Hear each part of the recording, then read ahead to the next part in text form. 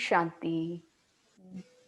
हम निश्चय बुद्धि विजयंती ये जो प्रोग्राम कर रहे हैं, इसमें बहुत हमारे आदरणीय रत्नों का अनुभव ले रहे हैं और आप उन रत्नों के अनुभव सुन भी रहे हैं। हमारे पास फ़ोन भी आते हैं कि बहुत अच्छा लगता है जब अनुभव सुनते हैं निश्चय बुद्धि का, उसके बाद हमें बहुत अच्छा लगता है और बाबा पे और निश्चय हमारा बढ़ता है। तो ऐसे ही इस निश्चय बुद्धि सीरीज़ में आज हमारे साथ आदरणीय रत्नों का हम इस निश्चय बुद्धि सीरीज़ में वेलकम करते हैं। तो हमारे रमेश भाई साहब और हमारी नीरा दीदी का मैं इस निश्चय बुद्धि सीरीज़ में बहुत-बहुत स्वागत करती हूँ। तो जैसे हमको पता है कि बाबा हमेशा कहते हैं, जिनका हमेशा से निश्चय रहा है, उनकी विजय और सफलता हुई पड़ी है।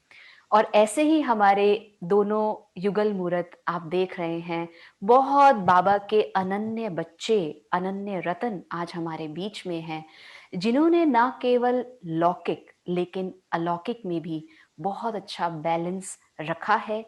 आज हम उनके खुद अनुभव सुनते हैं, क्योंकि जब मैंने आपका अनुभव सुना तो आपने यही कहा कि दीदी जब से हम बाबा के बने हमें पता ही नहीं कि निश्चय होता है और निश्चय होने के बाद कोई परसेंटेज भी होती है, क्योंकि सदा ही बाबा के बने और निश्चय पहले दिन से हुआ और आज तक भी वो निश्चय बरकरार है। तो ऐसे हमारे आदरणीय रमेश भाई साहब से मैं पूछती हूँ, भाई साहब, जो ये निश्चय बुद्धि की सीरीज चली है, आप भी इसको सुन भी रहे हैं। तो आप आज हमें ये बताएं कि निश्चय बुद्धि विजयंती जैसे बाबा कहते हैं, तो निश्चय आपका बाबा पे बहुत रहा और मैं भाई साहब का आपको परिचय भी देती हूँ। आप 1960 से ही बाबा का परिचय मिला, आपने मम्मा और बाबा की पालना भी ली और पालना के साथ-साथ आप दोनों ने ही मिलकर बहुत अच्छी अंडरस्टैंडिंग से लौकिक को और अलौकिक को बहुत अच्छे से चलाया और अब भी चला रहे हैं, मिलकर चल भी रहे हैं। और इतना ही नहीं रमेश भाई साहब, बहुत लंबे समय से माउंट आबू में आप रहते हैं और वहाँ पर हमारा जो ग्लोबल हॉस्पिटल है, ट्रॉमा हॉस्पिटल है, उसमें जितनी भी परचेज़ की सेवाएँ होती हैं, वो आप करते हैं।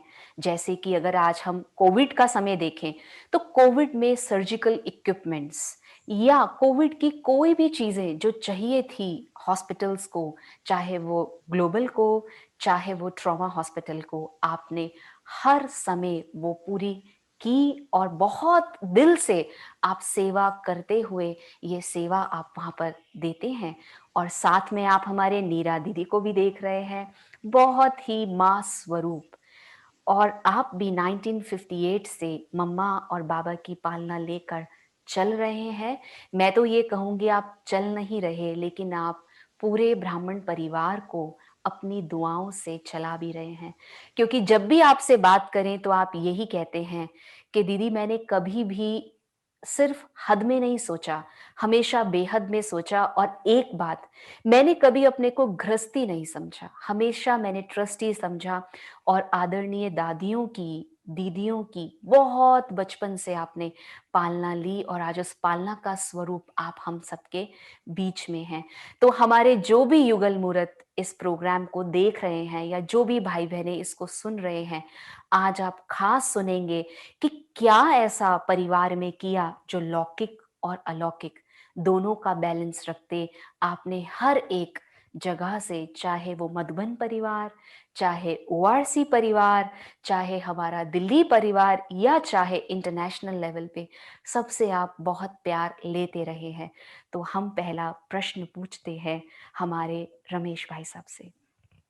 तो भाई साहब, जैसे आपने मुझे बताया था कि ईशु बहन, मैंने कभी भी निश्चय क्या है मुझे पता नहीं, बाबा का बना, बाबा को देखा और बस जो निश्चय हुआ, उस निश्चय से मैंने ये सोचा कि मुझे पवित्र जीवन जीना है और बाबा का बन के रहना है और दुनिया को एक सैंपल बन के दिखाना है।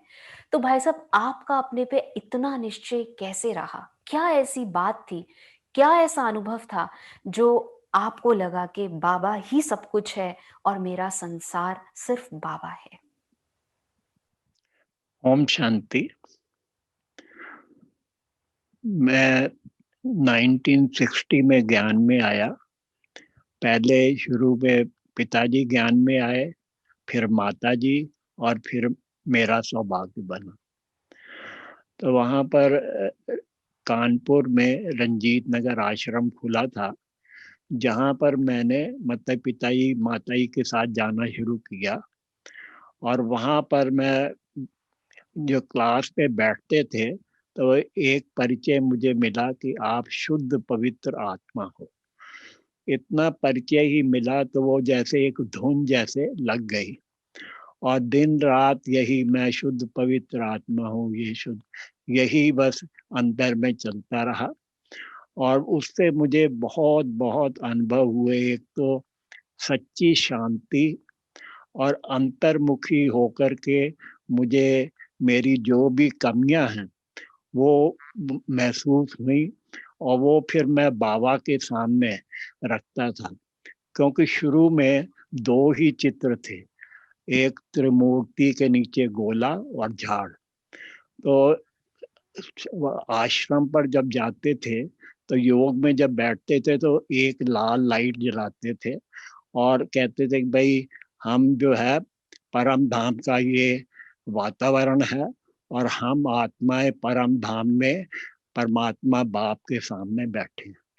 तो यही हम अनुभव करते थे कि बाबा हमारे सामने है, और हम उससे लाइट और माइट ले रहे हैं, जिससे हमारे आत्मा में शक्ति आ रही है, और हमारा जो है जो भी कमियां हैं वो दूर होती जा रही हैं। और ये जो धुन है दिन रात लगी रहती थी। और उन दिनों कानपुर में हम लोग जब दिन हर सैटरडे और संडे को अखंड भट्टी होती थी, शाम को 6 से दूसरे दिन सुबह 12 बजे तक। तो हम हमेशा जाते थे, और उस समय हमारे वहाँ जब बैठते थे तो एक धागा हमारा बांध देते थे सिर में, बालों के साथ में, और एक शिव बाबा के साथ में। उससे दो फायदे होते थे। एक तो हमारी उस बाबा से वो अटेंशन रहे कि हमारा लगा हुआ है ध्यान, और कभी भी कोई ऐसे झुटका सा आए तो वो उसका महसूस हो। तो हम लोग जो उन दिनों स्मृति में इतना रहते थे कि घंटों घंटे हमारी आंखें बिल्कुल झपकती नहीं थी। और एक 3 मिनट का गीत बजता था, जैसे मरना तेरी गली में जीना तेरी गली। तो एकदम जैसे बाबा के सामने हम बैठे हैं, आंखों से आंसू बह रहे हैं प्यार के, और कोई मक्खी या ऐसा भी बैठा है तो वो हम को मतलब महसूस होता था कि वो बैठा है, मगर उड़ाते नहीं थे। कहीं हमारी वो जो जो जो बाबा से जो संबंध जुटा हुआ है वो कहीं टूट ना जाए। तो इस तरह से, और सेवा में हम लोग उस समय ये जो आत्म अभिमानी स्थिति इतना रहती थी कि उसका कुछ वर्णन नहीं किया जा सकता है। ये सब अनुभव की चीज है। और उन दिनों जो जैसे इतनी अभिमान आत्माभिमानी स्थिति होती थी कि गंगा किनारे जैसे वहां पर कानपुर में जाते थे तो एक हबीब भाई होता था, मुसलमान था, वहां पे उसको खड़ा कर देते थे, और एक चित्र उसके आगे लटका देते थे और एक पीछे। तो वो बहन एक समझाती थी उसके ऊपर। तो इस तरह से इतनी देही अभिमानी स्थिति रहती थी, और बहुत अमीर घर का था वो भाई। तो इस तरह से तो हमको जो इतनी प्राप्तियां, अतीन्द्रिय सुख, सच्ची शांति का जो अनुभव हुआ, उससे हम उसी प्यार में चलते रहे। और बहुत अच्छा। हमने कभी सोचा, ये तो उस दिन बात निकली कि भाई आपको कैसे निश्चय है। जी। तो हमने कहा भाई हमको निश्चय है या नहीं है, बाकी हमको जो इतनी प्राप्तियां हुई हैं हम उसी आधार पर चल रहे हैं। और बाबा के ज्ञान जो था उसमें हमको कभी भी कुछ भी संशय नहीं आया।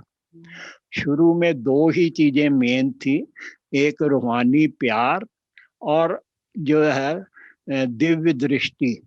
तो वहां पर पूरे परिवार के परिवार आते थे, और विशेषता यही थी कि परिवार में एक ना एक ध्यान में जरूर जाता था। ये बाबा को जैसे परिवारों को पकड़ने की एक युक्ति हम कहेंगे। और सभी एजुकेटेड परिवार थे उसमें।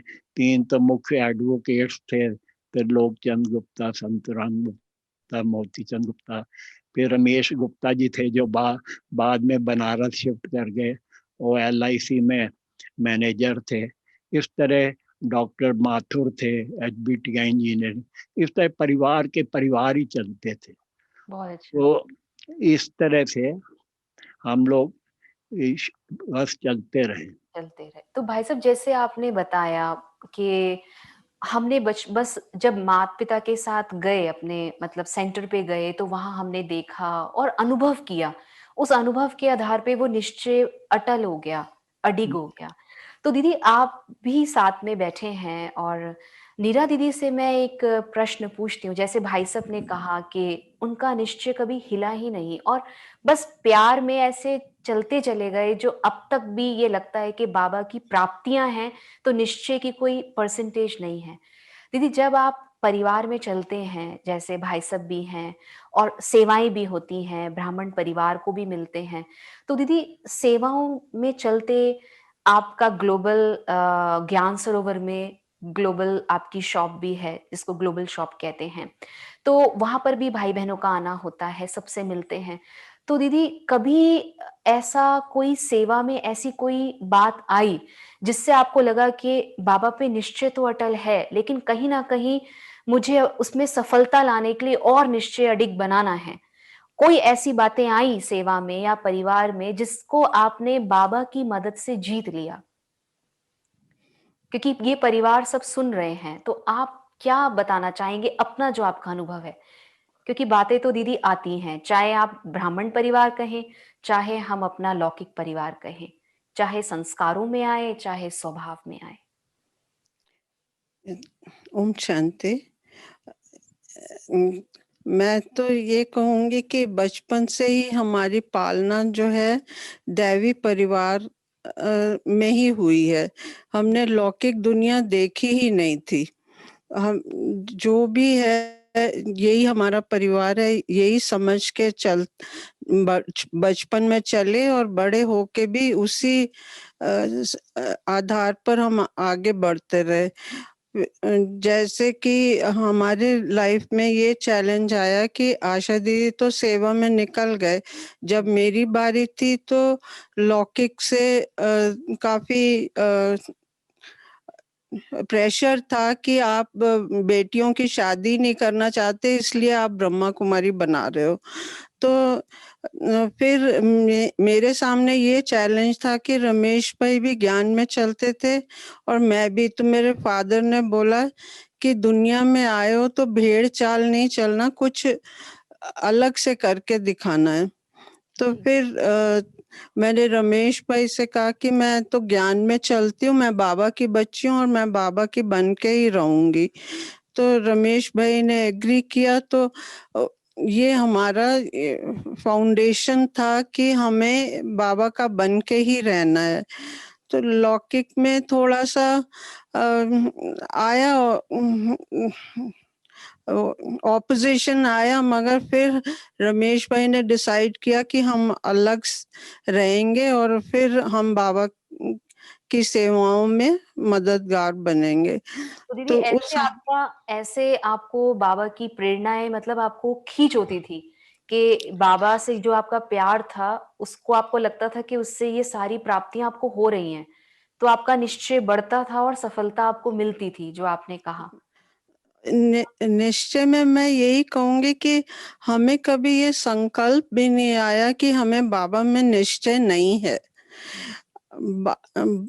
बाबा और दादी द्वारा जो भी हमें महावाक्य सुनने को मिले, बाबा की पालना मिली, हमने कभी भी उसमें किसी तरह का भी क्वेश्चन नहीं उठाया। तो फिर ये रमेश भाई का 2009 में ऑपरेशन हुआ, और जो कि उसमें काफी चैलेंजेस आए। डॉक्टर डेली एक नया चैलेंज सामने होता था, मगर उसमें भी बाबा की ऐसी मदद रही कि गुलजार दादी से मैसेज लेना था बाबा का कि आगे क्या करना है, तो बात नहीं हो पा रही थी दादी से। तो और दादी ने नीलू बहन से बोला कि मुझे आशा बहुत जोर से याद कर रही है। तो फिर दादी का फोन आया, तो दादी से पूछा, तो दादी ने कहा डॉक्टर्स को बोलो कल सुबह तक वेट करें। तो फिर डॉक्टर से ऐसे ही बोला कि कल सुबह तक आप वेट करिए। तो फिर देखा कि उसमें जो प्रॉब्लम थी उतने में ही सॉल्व हो गई। तो ये बाबा की कमाल है कि जो डॉक्टर्स नहीं कुछ भी कर पा रहे थे, बाबा ने बोला आज दिन जाने दो, तो कल सुबह तक आप डॉक्टर्स को बोलो वेट करो, तो उसमें प्रॉब्लम निकल गई। बाबा की ऐसे हर समय हर दिन ये बात होती थी, और हर समय बाबा की मदद हमें मिलती रही। तो इससे हम कहेंगे कि बाबा हमारे अंग संग है ही है। और ये इससे फिर यही लगता है कि हमारा एक मिनट भी बाबा की याद के बिना, जो बाबा ने हमें अपने संग रखा है, तो उसकी याद के बिना हमारा एक मिनट भी नहीं जाए। बहुत अच्छा दीदी, बहुत अच्छा आपने बताया कि चैलेंजेस आए, लेकिन कैसे बाबा की मदद से या बाबा पे आपने जो फेथ रखा था बचपन से और जो दादियों की पालना ली थी, तो कैसे दादी जी ने आशा दीदी को सोचा कि दीदी बहुत प्यार से याद कर रहे हैं, और दादी को भी लगा कि याद कर रहे हैं, और जो आपने बताया वो चैलेंज भी पार हुआ।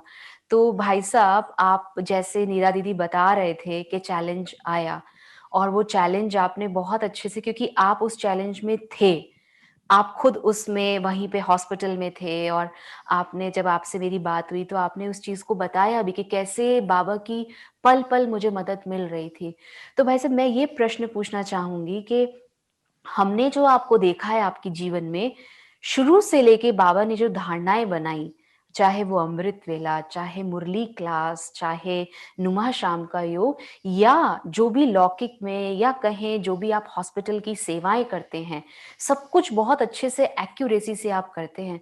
तो भाई साहब, कौन सी धारणा को आपने बना के रखा है कि ये एक मेरी पक्की धारणा है, कुछ भी हो जाए मुझे इस धारणा पर पक्का चलना ही है? कोई तो आपकी ऐसी धारणा होगी जो हम भाई बहनें भी समझे कि हम भी ऐसी कोई धारणा करें तो इतना अच्छा युगल मूरत जीवन हम भी अच्छे से जी सकते हैं और जी भी रहे हैं। शुरू शुरू में बहुत ज़्यादा ज्ञान तो नहीं था, बाकी विशेष एक पवित्रता, दूसरा रूहानी प्यार, और उसके साथ साथ बाबा जैसे कहते हैं कि बच्चे आप बदलोगे तो दुनिया बदलेगी। ये नहीं कि ये ऐसे, पहले तो ये ऐसे करता है तो हम भी उसका वैसे। बाबा में के जो ये महावाक्य थे कि हमको अपने आप को बदलना है, दूसरे का अपना पार्ट है वो भले बजाएं, मगर हम को अपने आप को बदलना है। दूसरा, बाबा ने ज्ञान का कलश माताओं के ऊपर रखा है, तो हमको हमेशा माताओं की, चाहे वो कैसे भी है, कोई ना कोई विशेषता तो जरूर है जिस कारण बाबा ने उनको चुना है। तो इसलिए हमको उसका बिल्कुल रेस्पेक्ट करना है। कोई भी बात ऐसी नहीं हो जो उसमें कोई इल फीलिंग वाली बात हो। 1962 में मैंने सर्विस ज्वाइन की डायरेक्टर जनरल ऑफ इंस्पेक्शन में। तो उस समय जब मुझे पहली तनख्वाह मिली तो सबसे पहले मेरा ये होता था कि जिसने हमको दिया है पहले अपना भाग्य बनाने के लिए उसके निमित्त जो भी दिल से, चाहे 1 रुपया निकाले चाहे कुछ भी, मगर दिल से जो निकालते हैं पहले वो निकालना है, बाकी फिर और खर्चे करने हैं। और इस धारणा से मैंने आज तक देखा है कि भले ही मैं दुनिया की तरह करोड़पति नहीं, बाकी बाबा ने मेरे को किसी चीज की कभी भी कमी नहीं होने दी। सदा कोई ना कोई अगर कुछ बात है तो कहाँ से कैसे हो जाता था ये हमको भी नहीं पता लगता था। दूसरा, बाबा ने बताया तुरंत दान महापुण्य। संकल्प आया कि ये करना है तो उसी समय कर दिया। अगर हमने सोचा भाई कल करेंगे तो वो फिर कल कभी आएगा नहीं। तो ये ऐसी मुख्य धारणाएं थी जिस आधार पर हमने ये मतलब कि आगे चला। फिर जब जैसे मैंने 83 में वॉलंटरी रिटायरमेंट लेने के बाद में मैं बेंगलोर शिफ्ट हुआ। वहाँ कुछ बिजनेस में रहा 9 साल। तो मधुबन आने का चांस मिला 91 में। तो ऐसे ही निर्वैर भाई साहब जी के ऑफिस में बैठे थे तो उन्होंने पूछा क्या करते हो, तो मैंने कहा एक छोटी फैक्ट्री चलाते हैं। तो उन्होंने कहा हॉस्पिटल ज्वाइन कर लो। मैंने कहा ठीक है, मीरा जी से पूछ देते हैं, क्योंकि वहाँ पर बहुत बड़ा लौकिक परिवार में हम लोग थे। और तो इनसे पूछा, इन्होंने भी हाँ की। और चांद से गुलजार दादी भी उस समय मधुबन में ही थे, तो उन द्वारा पूछा तो उन्होंने भी, बाबा ने भी हरी झंडी दी। तो मैंने कहा कि भाई ठीक है, 31 मार्च क्लोजिंग होती है, मैं 31 मार्च के बाद क्लोजिंग करूंगा। क्योंकि जो मैं फैक्ट्री चलाता था उस तो मतलब कि उसके बाद फिर 31 मार्च के बाद में मैंने 12 अप्रैल को ये माउंट आबू शिफ्ट कर लिया, 12 अप्रैल 92 में। और तब से ये हॉस्पिटल में सेवाएं दे रहे हैं। बहुत अच्छा। तो भाई साहब, जैसे आपने अपना इतना अच्छा अनुभव बताया, और नीरा दीदी, जब भाई साहब ने आपको पूछा कि हमें माउंट आबू शिफ्ट होना है, तो दीदी ये हम देखते हैं कि जैसे आपने कहा कि हम हमेशा ही अलौकिक में ही रहे और अलौकिक जीवन ही अपनाया। लेकिन दीदी, जब इतना बड़ा परिवार होता है, समाज साथ में होता है, और आप बैंगलोर में थे, भाई साहब ने आपसे पूछा जब आप साथ में थे, तो दीदी उस समय क्या आपने सोचा कि मैं बाबा के लिए चली जाऊं, या आप बाबा के लिए आ गए, परिवार से छोड़ के यहाँ आ गए? तो आपका ये निश्चय पक्का था कि जो मेरे पीछे लौकिक परिवार भी है, उसकी भी दुआएं या उसके साथ भी मेरा रिलेशन कनेक्शन रहे, या ठीक है वो अपना चल रहे हैं हम अपना चले? मतलब आपके मन में वो क्या चीज आई निश्चय को लेके, जिससे आपने लौकिक को भी संतुष्ट किया और आज आप अलौकिक को भी संतुष्ट कर रहे हैं?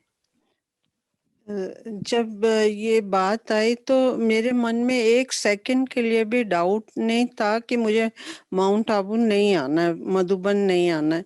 क्योंकि बैंगलोर में जो लाइफ थी, जो हम चाहते थे, तो वो नहीं हो पा रहा था, क्योंकि लौकिक बहुत होने के कारण कभी किसी का बर्थडे है, किसी की वेडिंग एनिवर्सरी है, उसमें ही हमारा टाइम चला जाता था, और लेट नाइट पार्टीज होती थी, तो वो हमें पसंद नहीं था। तो जब ये ऑफर मिला तो हमें लगा कि बाबा ने हमारी सुन ली, जो स्वप्न में भी नहीं सोचा था कि हम माउंट आबू आके सेटल होंगे। तो बाबा ने हमारी वो बात भी मक्खन में से बाल की तरह निकाल लिया, और सब हमारे से संतुष्ट थे, और सबकी शुभ भावना थी हमारे साथ कि आप जा रहे हो माउंट आबू, तो अच्छा है। और यहाँ आके मुझे तो लगता था जैसे कि मैं पता नहीं कहाँ आ गई हूँ। मुझे हर समय दादियों के साथ रहना करना, दादियों की पालना में पलना, और दादी ने हमारे से सेवा भी खूब ली, और हमें बहुत बहुत खुशी है कि हमारा जीवन सफल हुआ। दादी जान के बड़े बड़े वीआईपीस को घर भेजते थे, सिर्फ ये बताने के लिए कि हमारा ज्ञान घर बार नहीं छुड़ाता है, घर में रहते हुए आप कैसे बाबा के बन के रह सकते हो। तो ऐसे हफ्ते में 2-3 बड़े-बड़े ग्रुप्स आते थे फॉरेनर्स के। फिर ऐसे बड़े दादी के साथ हमारा इतना क्लोज संबंध हो गया कि हमें बस पिछली बात तो कभी याद ही नहीं आई कि हम किसी को छोड़ के आए हैं। हम आज भी बहुत संतुष्ट हैं कि बाबा के घर में हम रह रहे हैं। दुनिया में जो मर्जी हो, बाबा कहते हैं मधुबन असाइलम है, तो हम सोचते हैं कि हम तो पहले से ही बाबा के असाइलम में बैठे हुए। बहुत अच्छा दीदी, सच में आपके अनुभव जो सुन रहे हैं, और आप रतन जो हैं और जो आज हमको अपने इतने अच्छे अनुभव सुना रहे हैं, तो लास्ट में रमेश भाई साहब से ही एक प्रश्न पूछती हूँ। जैसे भाई साहब ने, आपने कहा कि हॉस्पिटल की सेवाएं मैंने यहाँ आके शुरू की, तो भाई साहब जब आप हॉस्पिटल की सेवाओं में इन्वॉल्व होते गए और आपने जो ये परचेज सारा देखने लगे, फिर अभी जब कोविड का समय भी आया तो आपने बहुत सेवा, कहाँ से क्या मंगवाना है, किसको कहाँ क्या चाहिए, ग्लोबल में क्या चाहिए, ट्रोमा में क्या चाहिए, और इनफैक्ट सिर्फ बीके भाई बहनों के लिए नहीं, लेकिन जो और भी राजस्थान के भाई बहनें थे जिनको था, उनके लिए भी हॉस्पिटल में हम सब ने फैसिलिटीज वहां दी, पीके ने। तो भाई साहब जब ये सारी सेवाएं चल रही थी, उस समय पर कुछ बात ऐसी भी होती है कि जब हम सेवाओं में आते हैं, कनेक्शन होते हैं, तो थोड़ा सा सेवा में निश्चय के कारण से विजय भी निश्चित है, लेकिन बाबा एक कहते हैं कि एग्जाम लेता है, जैसे पहले भी एग्जाम हुआ, नीरा दीदी ने बताया। तो आपके अपने जीवन में भी ऐसे जब हम सेवाएं करते हैं, चाहे किसी भी रूप से, तो एग्जाम तो आता है। तो कोविड का कोई ऐसा एग्जाम आया, लेकिन आपका तो 100% निश्चय है ही है। आपने कहा मेरा कभी निश्चय में कोई भी मार्जिन ऐसे नहीं रहा। तो जब ये दौरान चल रहा था सारा, ये जो चल रहा है अभी भी, इसमें आपका क्या अनुभव था कि बाबा ने कैसे आपको मदद की, और कैसे समय प्रति समय ट्रॉमा में और ग्लोबल में सारी मदद होती चली गई? बाबा ने यहाँ पर आने के बाद में, मेरी ये लाइन तो नहीं थी, मगर बाबा ने सब कुछ सिखा दिया। मैंने ये अनुभव किया कि अगर आप सच्चाई सफाई से आप जो है सेवाएं करते हैं, सेवा क्या करते हैं, अपना भाग्य बनाते हैं। तो जब जितनी सच्चाई सफाई से आप जहाँ भी रहते हो, जो सेवा आपको मिलती है करते हैं, तो बाबा मददगार इतना है कि कह नहीं सकता। हर तरह से मेरे पास जितने भी आते थे, पर मतलब कि जो भी रिप्रेजेंटेटिव्स, उनको मैं सिर्फ दो ही बात कहता था, भाई दुनिया में कमाने की जगह बहुत है, मगर भाग्य बनाने की जगह एक ही है। तो वो मतलब कि मैं अभी तक अनुभव करता हूँ कि और भी जितने भी उनके स्टॉकिस्ट होते हैं जो बड़े बड़े, जितना वो डिस्काउंट उनको नहीं देते, उससे ज़्यादा वो हमको देते हैं, क्योंकि वो यहाँ आते हैं और हॉस्पिटल की सेवाएं देखते हैं, और उस रीति से फिर वो उनकी भी दिल होती है कि हमारा भी कुछ सहयोग हो। दूसरा मैं देखता हूँ कि बाबा इतना मदद करता है, क्योंकि कहाँ से कितनी, जब आप ये सोचते हैं यज्ञ की कैसे इकोनॉमी से कम रेट पर और अच्छी से अच्छी चीज मिले, और मेरा यही रहता है कि डॉक्टर को क्या चाहिए मैं उसको बस वही दूं, क्योंकि इस डॉक्टर्स की सेफ्टी पहले है। तो हर चीज उनके अनुसार ही जो चाहिए मैं वही खरीदता हूँ। और बिल्कुल मिनिमम रेट पर ही बाबा ऐसे कुछ बना देता है साधन, जिस अनुसार हर मिनिमम रेट पर मुझे मिलती है। तो ये बाबा को थैंक्स है। और इसी बहाने अगर कुछ बचत होती है तो मेरा भी भाग्य उसमें बनता है। बहुत अच्छा। तो भाई साहब, जैसे आपने कहा कि जब भी कोई बात होती है या कुछ हम लोग को परचेजिंग से रिलेटेड भी होती हैं, जैसे मैंने आपसे जो पूछा, तो आपने कहा बाबा इतनी मदद कर देता है कि जो स्टॉकिस्ट बाहर वालों को भी थोड़ा ज्यादा रेट होगा, लेकिन हमें वो बहुत अच्छे से कम रेट में हमारी सेवाओं को देख के दे देता है। तो बहुत अच्छा रमेश भाई साहब, आपने हमें बहुत अच्छी बातें अपनी धारणाओं की बताई। अब मैं लास्ट नीरा दीदी से बस एक यही कहूंगी, दीदी हम जब भी मधुबन आए हैं आपसे हमने बहुत पालना ली है, बहुत ली है। और ओआरसी परिवार, चाहे मधुबन परिवार, बेहद का परिवार आप हमेशा कहते हैं। तो दीदी आपने दादियों की इतनी पालना ली, बड़े दादी की भी इतनी पालना ली, और दादी खुद आपके घर पे आते थे, मधुबन कितनी बार आए आपने खुद अपने मुख से भी बताया। तो दीदी आज हम सब भाई बहनें जो इसको सुन रहे हैं, आप हमको भी आपके जैसी बेहद बुद्धि है, निश्चय बुद्धि है, और उसमें विजय निश्चित है।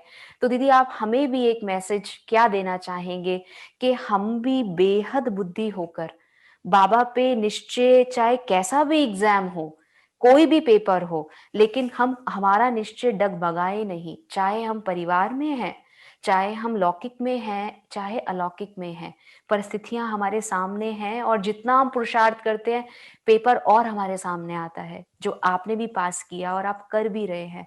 तो दीदी हमें भी आज एक मैसेज दे दीजिए कि हम भी इतना प्रेम भाव जो आप में भरा है, समाया है, जो दादियों से आपने लिया है, क्या ऐसी धारणा आप में है जो आप हमेशा ही बेहद का सोचते हैं, हद में आपने कभी देखा ही नहीं अपने आप को?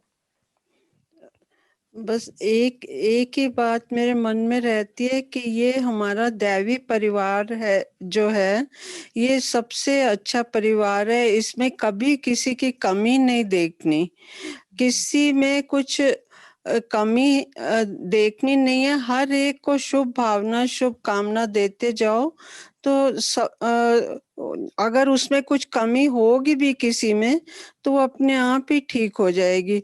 और ये हमारा घर नहीं है, ये बाबा का घर है।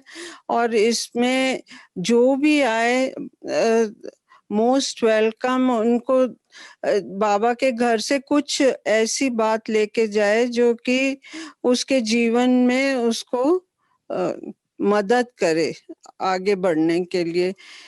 कभी अपने को गृहस्थी शब्द तो मेरी डिक्शनरी में है ही नहीं।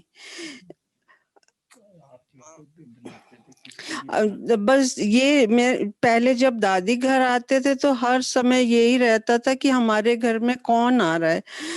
लोगों के घर में वीआईपी आएंगे, कितना बड़ा वीआईपी आएगा। हमारे जो दादियां हैं विश्व की महारानी बनने वाली हैं असली, तो सबसे बड़े गेस्ट तो यही हैं। इससे बड़ा गेस्ट और कौन हो सकता है। ठीक है दीदी, थैंक यू दीदी सो मच। भाई साहब आप कुछ और बोलना चाहेंगे? आपका अपना कोई कुछ कहना चाहेंगे आप हम सबको निश्चय को लेकर? क्योंकि आप तो 100% निश्चय बुद्धि आत्माएं दोनों बैठे हैं, तो कोई संशय का तो कोई प्रश्न ही नहीं उठता है। बस मुख्य जो है धारणा कि जी बाबा की विशेष जो है कि अमृत वेला और मुरली ये कभी मिस नहीं करनी है। जी भाई साहब। और बाबा को थैंक्स है कि मैं नहीं समझता हूँ कि आज दिन तक इतने साल मुझे हो गए, अगर मैं ठीक ठाक हूँ और मधुबन जा सकता हूँ या क्लास में जा सकता हूँ तो नहीं गया हूँ। क्योंकि मेरे मन में यही आता था कि अगर मैं समझो मैं नौकरी में हूँ, अगर मैं वहाँ जा सकता हूँ तो जो मतलब शरीर के लिए है, और उससे पहले आत्मा का भोजन क्या है वो मैं अगर मतलब कि उसके लिए क्यों नहीं जा सकता। मेन धारणा अमृत वेला और मुरली, जिनका ये अगर पक्का है तो बाबा उनको किसी ना किसी रीति से लेता ही चलेगा। बाकी यज्ञ से प्यार, हम हर तरह से अच्छा बाबा के घर के लिए हम जो कुछ हमको मिला है उसका हम रिटर्न दे नहीं सकते हैं। राइट। आज हम मधुबन में हैं, मधुबन में इतना आज भी मैं भले ही मधुबन नहीं जाता हूँ क्योंकि आजकल लॉकडाउन के लिए नहीं है, मगर मैंने इन दिनों यही अनुभव किया है कि मैं जब पीछे लॉकडाउन हुआ तो मैं मधुबन जाता था तो बाबा के कमरे में एक एक चीज देखता था कि कहाँ कैसे रखी है। और आज अब नहीं जा सकते हैं तो मैं अमृत वेले यही अनुभव करता हूँ कि मैं मधुबन में हूँ और वही खुशबू मैं अपने अंदर अनुभव करता हूँ। और जैसे शुरू में जब मैं बाबा मम्मा से मिला था और एक जो फीलिंग थी वो आज भी मैं बाबा के कमरे में जाता हूँ तो वो फील करता हूँ। बहुत अच्छा। थैंक यू भाई साहब, थैंक यू दीदी। बहुत जय सुंदर हमें आपने बताया और सच में बहुत अच्छा लग रहा था। वो साकार मम्मा बाबा के टाइम के पल याद आ रहे थे जब आप हमें सब चीज़ें बता रहे थे और दादियों का वो प्यार जो आपने लिया, हमने तो स्वयं आपके पास आके बहुत अच्छे से उसको बार-बार महसूस किया है। इसलिए आज मैंने खास नीरा दीदी से वो लास्ट भी पूछा। तो थैंक यू सो मच आदरणीय रमेश भाई साहब और नीरा दीदी, जो आपने इस निश्चय बुद्धि सीरीज में आकर, इस प्रोग्राम में आकर अपने अनुभवों को हमारे साथ साझा किया। तो थैंक यू सो मच और हम यही चाहेंगे कि आप सभी भाई-बहनें जो इसको देख रहे हैं, वो ये प्रोग्राम देखते रहें और निश्चय अपना अटल है, अडोल है, लेकिन फिर भी कभी कोई समस्याएँ आएँ, तो हम अपने भाई-बहनों के, अपने रत्नों के जो अनुभव हैं, उनको देखकर अपने आप को और मोटिवेट कर सकते हैं। तो यहाँ पर मैं ओम शांति कहना ओम चाहूँगी। शांति। Thank you so thank you much very दीदी। थैंक यू भाई साहब।